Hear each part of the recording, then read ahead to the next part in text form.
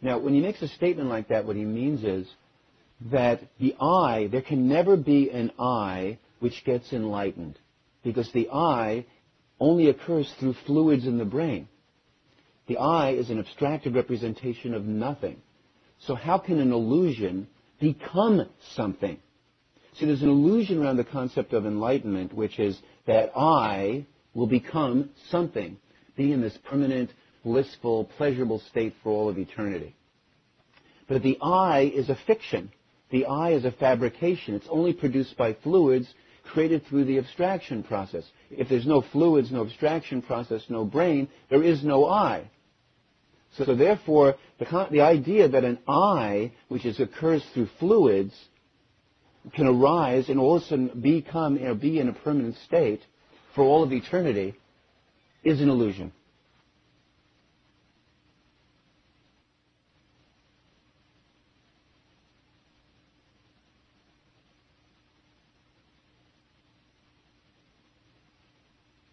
So I think the best way to understand enlightenment and spirituality is to divide things up. Number one, there's a spiritual lifestyle. A spiritual lifestyle is being nice and loving and compassionate and forgiving and being part of a community and meditating and doing all of those things. Maharaj would have defined spirituality as finding out who you are through finding out who you're not. Who you're not, you're nothing perceivable or conceivable. They asked him, who are you? He'd say nothing perceivable or conceivable. So there's a spiritual lifestyle, and then there's spirituality as in finding out who you are. I had spent years in India, and I lived in an ashram, and I knew the game, and I knew the people, and I knew the chanting and the meditation and the seva and the karma yoga, and I knew how to do all of that stuff. I knew how to play the game. The problem was I did not know that the spirituality was a game. When I came to Maharaj one day, and he looked at me, he said, "Do you know who you are?" And I said, "Well, I feel a lot of love. I feel a lot of bliss." I said, "I can even see energy patterns." And he did not even wait for the translation. With this look of real disgust on his face, he said, "I'm not interested if you're satisfied or you're pacified with your spiritual life. Do you know yourself?" And I said, "No." He said, "Until you do, you shut your mouth." Now, I knew the spiritual game. I knew how to get a nice room. I knew how to play the game, how to make friends, how to look spiritual, act spiritual, behave spiritual, and all of that stuff. But I didn't know who I was. So I was caught in the spiritual game rather than spirituality, which was the discovery of who you were. And so Maharaj would differentiate that theme very clearly, finding out who you are. And what does all of these things have to do, if anything, with finding out who you are?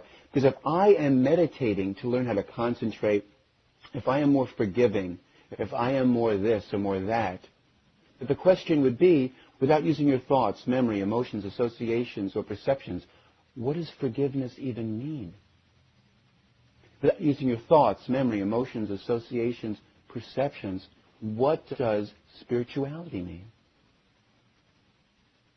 If you do not use your thoughts, your memory, your emotions, your associations, your perceptions, what's enlightenment? If you don't use your thoughts, memory, emotions, associations, perceptions, what's purification? So if you were to stay in the no-state state of the non-verbal I am and discard everything else, what you start seeing is mostly they are spiritual concepts. And it's very, very difficult, and I would say very, very painful when you realize that you've been organized your entire life around concepts.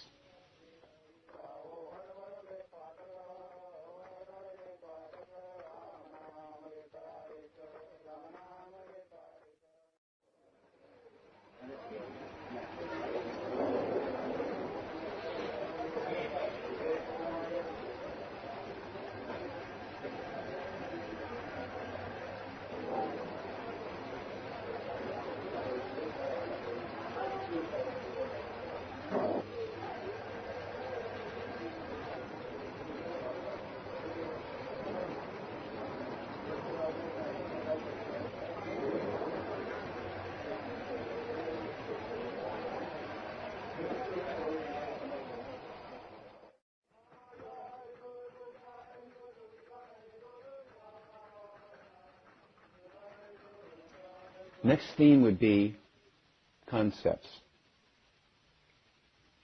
One of the things when you look at all the material, Maharaj is always saying, it's a concept, it's a concept, discard it, it's a concept, it's a concept.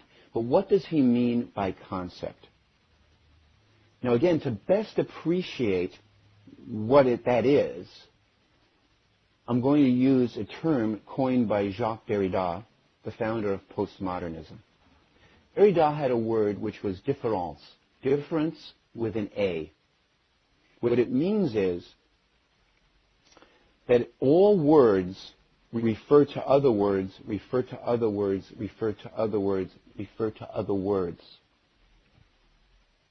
So we're clearer. If I say to you, I feel happy, you would say, well, what do you mean by happy? I would say, well, what's that mean? I would say, well, happy is kind of these sensations in my chest, in my heart.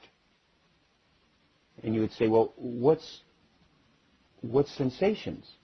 And you go, well, sensations are this kind of energy that's moving through my body and it kind of accumulates in my heart. And I'd say, well, what's energy? Well, energy is kind of this feeling that I have that goes, these things are going through my body. What's a feeling? Feelings are... So what you notice is that all words or concepts, to get to the meaning of that concept, you have to go to another word, which goes to another word, which goes to another word, which goes to another word, which means that things are always referring or deferring their meaning to other words. That means that all of these words are true only in a linguistic system. Without language, you would have no idea what things mean. You might have an experience of sensation, but you wouldn't even know what it meant without a linguistic map. Now, why is that a concept to be discarded? If I say the word chair, there's nothingness with particles, abstract, emptiness is omitted, gone emptiness. Now we have the concept of chair. That is a concept because it is an abstracted representation of nothing. Therefore, it is something to be discarded. So Maharaj says, discard all concepts. You're discarding everything that is in language, which is pretty much everything. So, if I say, I love you, I love you is language. Language is only formed through the omission of emptiness. It's omitted, and now we have words in speech called language. Each one of these things are only true on the level of language. They are not true because language is only a representation of something that's not there anyway to begin with. Because it all is an abstraction of nothing. So they're all concepts, be them spiritual concepts, like God or heaven or the universe, or practical concepts like computers and chairs and I love you and I hate you, and all of these things are only words which describe experiences which are only formed through the omission of emptiness and having the substance there, the abstraction process.